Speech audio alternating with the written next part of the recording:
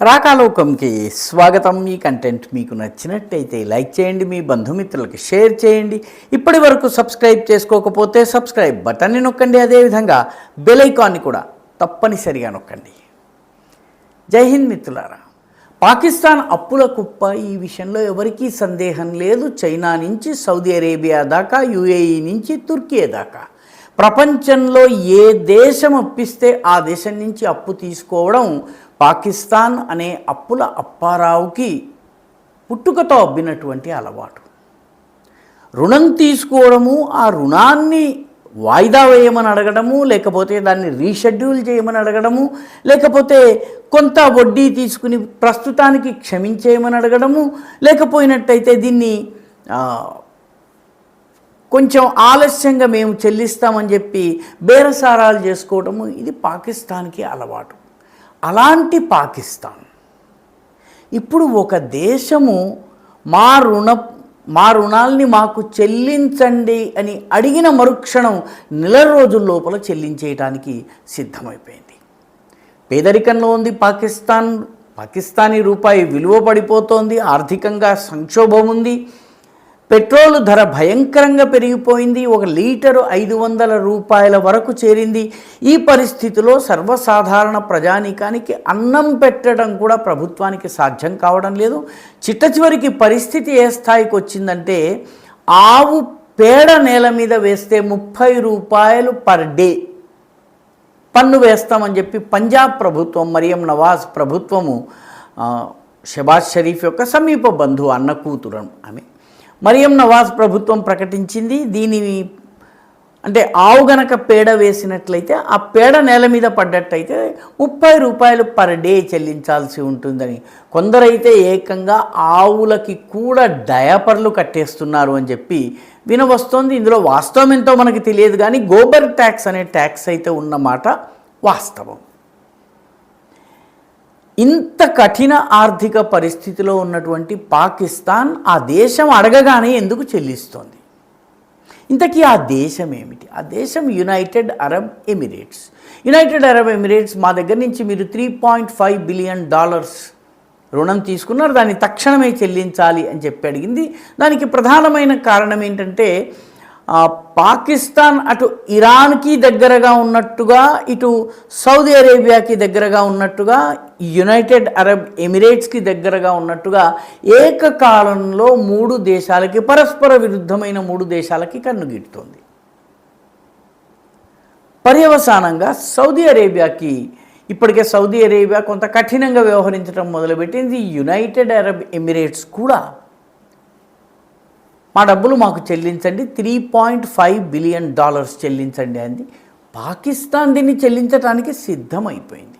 వచ్చే వారంలో 450 మిలియన్ మొదటి విడతగా చెల్లిస్తారు. ఆ తరువాత నెల రోజులు తిరిగేలోపు $2 బిలియన్ చెల్లిస్తారు. ఆ తరువాత మిగిలిన 1 బిలియన్ని కొంతకాలం తర్వాత చెల్లిస్తారు. మొత్తానికి చెల్లించేస్తారు. మిగతా అప్పులేవీ తీర్చకుండా ఒక్క యునైటెడ్ అరబ్ ఎమిరేట్స్ యొక్క అప్పులు మాత్రమే ఎందుకు తీరుస్తున్నారు?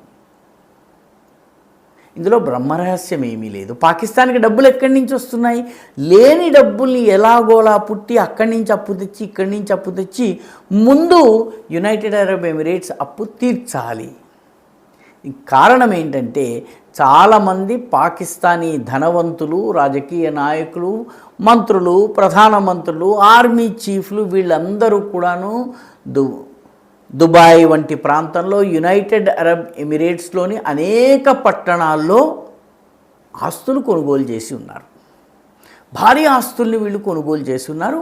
ఒకవేళ అప్పులు గనక తీరకపోతే ఈ ఆస్తుల్ని గనక జప్తు చేసుకున్నట్టయితే పాకిస్తాన్లో ఉన్నటువంటి ధనవంతులైనటువంటి రాజకీయ నాయకులు, వ్యాపారవేత్తలు, ఆర్మీ జనరల్స్ వీళ్ళందరికీ భారీ నష్టం వస్తుంది.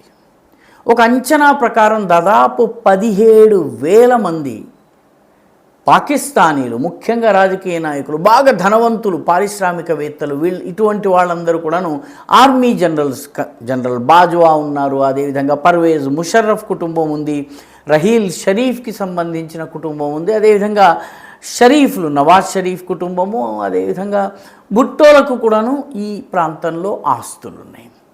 17,000 మంది పాకిస్తానీలకు 23,000 ఆస్తులున్నాయి.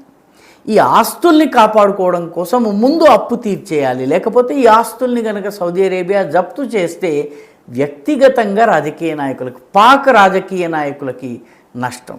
ఇదేదో ఆత్మాభిమానంతోటో లేకపోతే ఆత్మ గౌరవంతో తీరుస్తున్నటువంటి అప్పు కాదు. తమ ఆస్తులను కాపాడుకునేందుకు దేశాన్ని మరింత దరిద్ర పరిస్థితిలోకి, మరింత దయనీయమైన ఆర్థిక వ్యవస్థలోకి, ఆర్థిక ఊబిలోకి తోసైనా సరే ఈ అప్పు చెల్లించాలని పాకిస్తాన్ నిర్ణయించుకుంది. కాబట్టి రాబోయే రోజుల్లో సర్వసాధారణ ప్రజల మీద గోబర్ ట్యాక్సుల వంటివి, గోమూత్ర ట్యాక్సుల వంటివి అనేకము పడబోతున్నాయి. పెట్రోల్ ధరలపైన అయితే పాకిస్తాన్ ప్రభుత్వం పూర్తిగా నియంత్రణను వదిలేసుకుంది. అటు IMF, ఇటు సౌదీ అరేబియా వంటి, యునైటెడ్ అరబ్ ఎమిరేట్స్ వంటి దేశాల నుంచి ఒత్తిడి వస్తుంది. ఇప్పుడు UAE నుంచి వాస్తవానికి ఒక $2 బిలియన్ మళ్ళీ అప్పు తీసుకుందామని అనుకుంది పాకిస్తాన్. ఇప్పుడు ఉన్న వస్తువులు అప్పునే చెల్లించి ముందు ఆ లెక్క తేల్చుకోవలసినటువంటి పరిస్థితి వచ్చింది. కాబట్టి ఇప్పుడు ఈ 3.5 బిలియన్ ఇచ్చుకోవాలి. రావలసినటువంటి 2 బిలియన్ల లోన్ కూడా ఇప్పుడు వస్తుందో రాదో తెలియని పరిస్థితి. ఇది మన పొరుగున ఉన్నటువంటి పాకిస్తాన్ యొక్క దుస్థితి. ఈ వీడియో మీకు నచ్చినట్టయితే లైక్ చేయండి, షేర్ చేయండి, ఈ ఛానల్కు సబ్స్క్రైబ్ చేయండి. మీ అభిప్రాయాన్ని కమెంట్ల రూపంలో తప్పనిసరిగా పంపించండి.